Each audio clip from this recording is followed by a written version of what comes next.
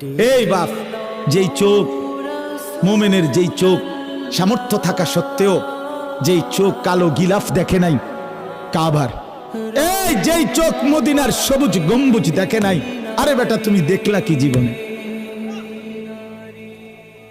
ওই চোখে দেখলা কি জীবনে? দেখলাটাই কি? তাইলে দেখার মজাই তো পাও নাই কিছু, এই চোখের স্বাদই তো পাও নাই।